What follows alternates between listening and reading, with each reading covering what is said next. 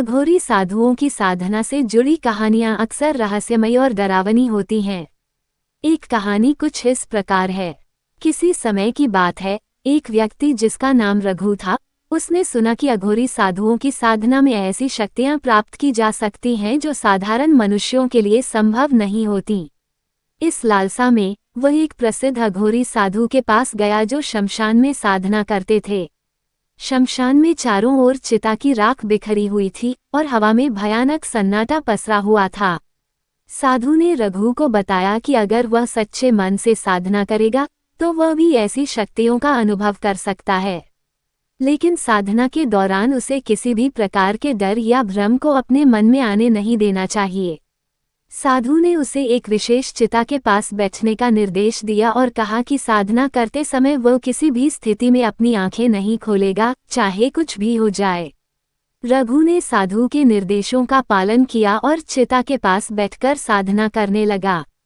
जैसे जैसे रात गहराती गई, रघु को चारों ओर से अजीब आवाजें सुनाई देने लगीं। उसे लगा कि कोई उसके पास खड़ा है, लेकिन उसने अपनी आंखें नहीं खोलीं। फिर अचानक उसे ऐसा महसूस हुआ जैसे किसी ने उसकी पीठ पर हाथ रखा हो और वह जोर जोर से कांपने लगा। रघु का डर धीरे धीरे बढ़ता गया, लेकिन वह साधु की बात याद करके आंखें बंद रखे रहा। अचानक एक जोर की चीख सुनाई दी और रघु का हृदय धड़कने लगा। उसकी आंखें खुल गईं और जो उसने देखा उससे उसकी रूह कांप उठी। उसके सामने एक भूतिया आकृति थी जो उसकी ओर बढ़ रही थी। डर के मारे रघु का शरीर ठंडा पड़ गया और वह बेहोश हो गया।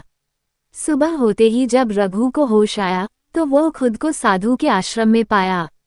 साधु ने उसे बताया कि उसने साधना के दौरान अपनी आंखें खोल दी और इसीलिए वह डरावनी शक्तियों के प्रभाव में आ गया।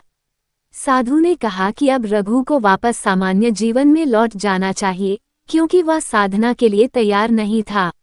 रघु ने उस दिन के बाद कभी अघोरी साधना की कोशिश नहीं की, लेकिन वह अनुभव उसकी जिंदगी भर के लिए एक डरावनी याद बनकर रह गया। अघोरी साधुओं की साधना से जुड़ी ये कहानियां केवल हमारे मन के डर और भ्रम को दर्शाती हैं और इसलिए इन्हें सिर्फ मनोरंजन के लिए लेना चाहिए। बम बम काशी चैनल को आप सबका सपोर्ट की जरूरत है।